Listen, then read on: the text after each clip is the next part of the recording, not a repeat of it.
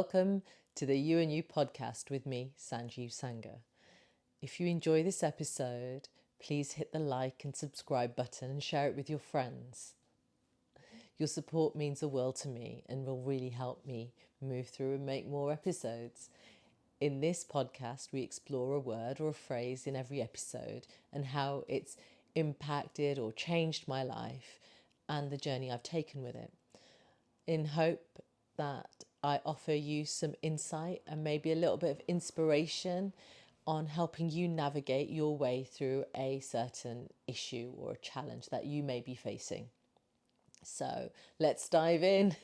Today's word is journaling. Journaling is to write in a journal or a diary, or maybe just to record something that is of interest to you. I mentioned journaling as a tool in a few episodes, and do I do it every day? No, I wish I did, but I too sometimes, or a lot of the time, lack a bit of discipline. In some ways, while I'm creating these podcasts, I've decided to put the emphasis of my writing into these, so my journaling has become a little bit scatty, and I also started to undertake a slightly longer version of journaling, which was taking me about an hour to do, but I'll come back to that a bit later. So, do you journal? What made you journal? Was it to record what was happening in your day? Is it a gratitude journal? Is it a journal where you vent? Is it more of a habit tracker or activity tracker? Do you write down what you eat? You know, there's so many different ways. My experiencing started with keeping a diary when I was a kid. It was one of those little ones with a padlock. I think I maybe kept it for a week. I wasn't very disciplined then either. I came across it a few years ago and I was just like, okay, then this is very, very dull. It was written in a way that I was expecting it to be read by others. And I think that that's the thing with journaling. We can feel that somebody else might read it. So then I came to it again at a later date. My dad passed away when I was in my 20s, and the doctor referred me to an in-house CBT therapist. CBT is cognitive behavioural therapy, and it's widely used in a way to assist you in changing your patterns and your thought processes to help you manage your problems in a healthier way. My therapist suggested I keep a diary of my negative emotions and what was triggering me to feel anger. I was not very welcoming to this suggestion.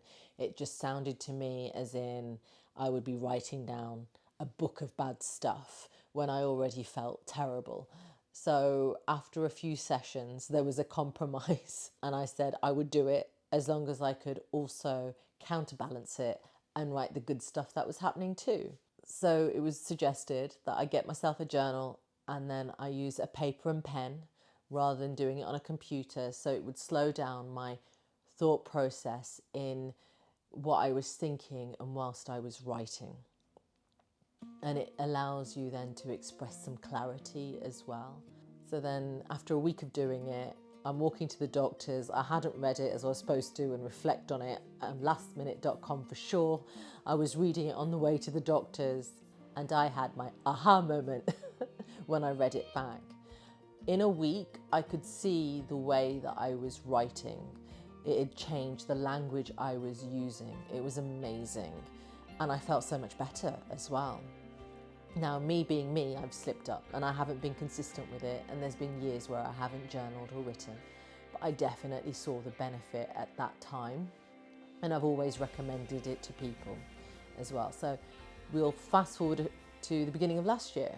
I was about to start journaling again and I was really low, and I knew I needed to work through a lot of stuff, and then I started writing.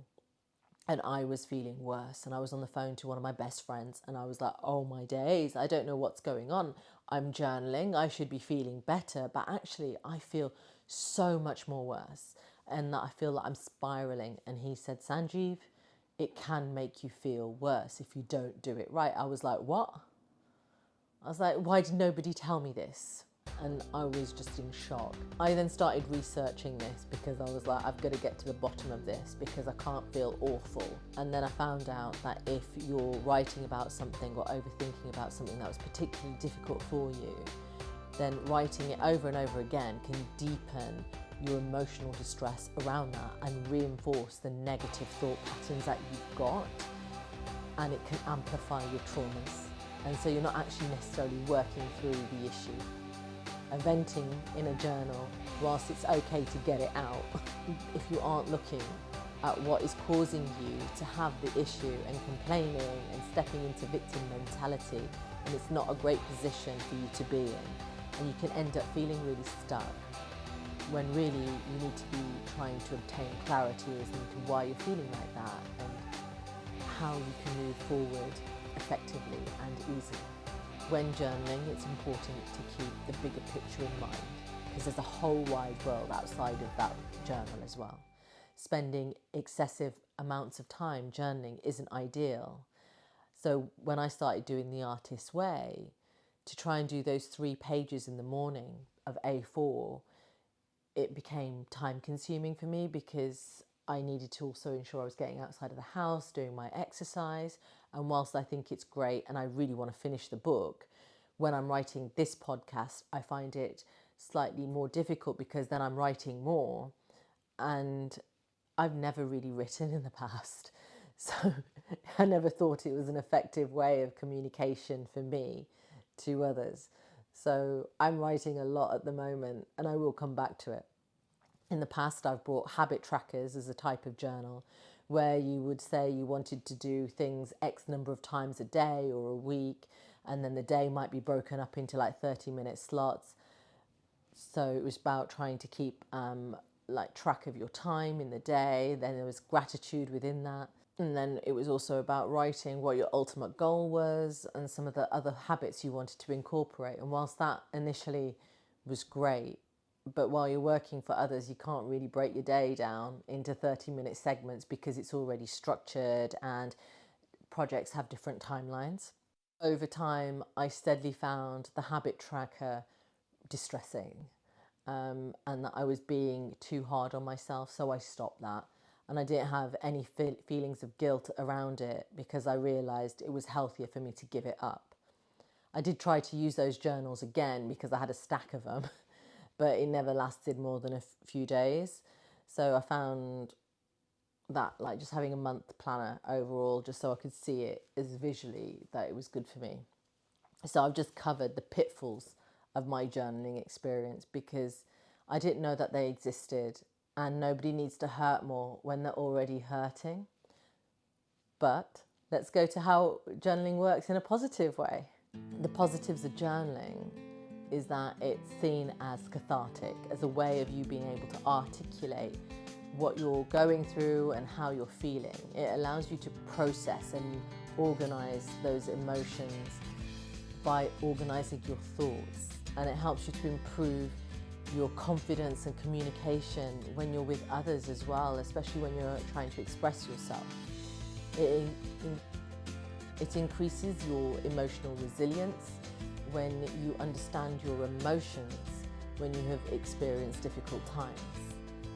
And then you can learn from those experiences so you can bounce back better and stronger next time. And maybe change how you react to things. It creates flexible thinking about the matter at hand and allows you space to brainstorm around an issue and maybe think outside of the box and explore new ideas. Writers and artists use it as a way to think creatively and maybe have some deeper insights around projects that they're working on. When I have some gratitude in my journaling, it makes me feel a lot better. It creates those positive feelings about my life rather than focusing on negative issues. And it's known to improve your mental health by doing that. And you can do that in the morning and at night. I've mentioned habit trackers and how it didn't work for me, but they're a powerful thing for other people because it creates accountability and commitment. And when you see yourself achieving those targets, there's a sense of accomplishment around your goals. So maybe don't do what I did, which was overload myself, and it will be amazing for you.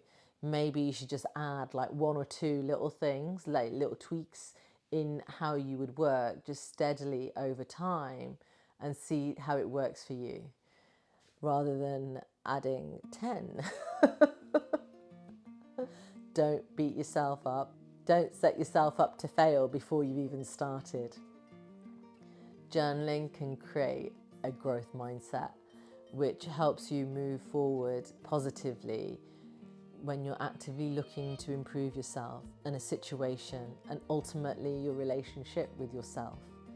And that is the most important relationship.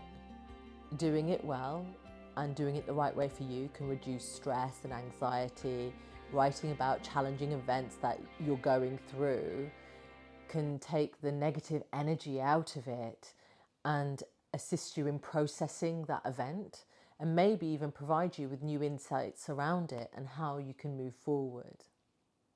So back to the question, how and what do you journal? So I Googled this and at least 20 types of journaling came up with subcategories too.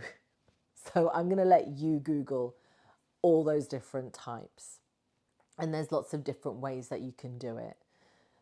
And you might change the way you do it as well. For me in the past, I've had quite a few different ways. I've had some crafty journals where there's a lot of cutting and pasting going around, where everything gets very messy. Some have been written. I've definitely vented in the past that I've already mentioned, and those I chucked out. I've been free writing recently. I've had habit trackers. And then there's an element where you can do a few. You can create your own method. Like for me now, I think I need a little one that I keep at the side when I'm reading, so I can write down some cool quotes or something interesting I read, so that it will help me create new work that becomes an inspiration. So how do I recommend you do it? Well, you can research it for sure, what you're interested in as well. And then I think get yourself a nice little notebook, not one where you can rip pages out of, not a ring binder type thing.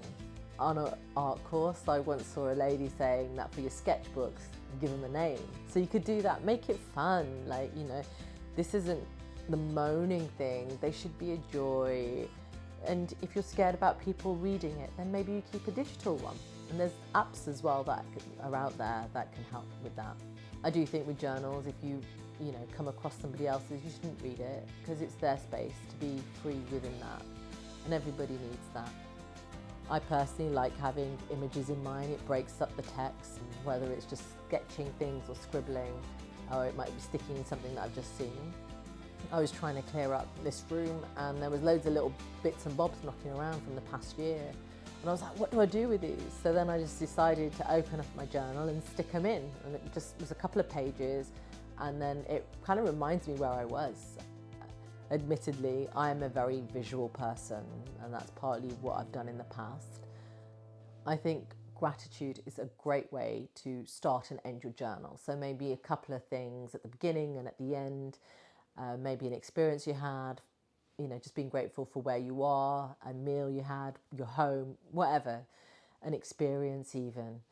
And then really feel it in your body as you're writing that. Just breathe into that and let's dial up the positive vibes. Writing a goal for the day or the following day, something that you want to achieve, just something quite small. It might be someone that you want to tap up, or part of a project that you want to work on. Something that you can do and is achievable is important. So not something like really massive, like ruling the world. Write about how you're feeling in that moment. Writing about this can build up awareness around yourself and how you're feeling emotionally. So maybe you could take a few deep breaths and do a body scan from head to toe. And if there's a place where you feel that there's energy stuck, maybe you can figure out how you're going to release it as well. Like for me at the moment, there's a lot of tightness around my shoulders. Partly it's because of exercise, but I also know it's because of what I'm doing as well. And it's also nice to maybe write about something nice that happened, or an interesting moment, or a conversation you had the day before. For me, like yesterday, it was great to see my birthday twinnie after about a year, and another friend, and just have some really good hugs. We went out and we were hanging out in London Bridge, and it was the first time in 4 years that I'd been out for after work drinks in London. It's crazy that it's been so long, but it was so nice to see people just out and about. On a weekly basis, you could do a big picture review of what isn't working for you. So, maybe how could you tweak that so that you have things running a bit more smoothly for you moving forward. I think then that's about it. I would love to do some bonus episodes with some Q&As. So please send your questions through on Instagram through direct message at Sanjiv Sanga. And if you're enjoying the podcast, as I said before, please hit subscribe to stay updated. Leave a like or review and share it with your friends. Thank you for listening. Have a top-tastic day. Yay!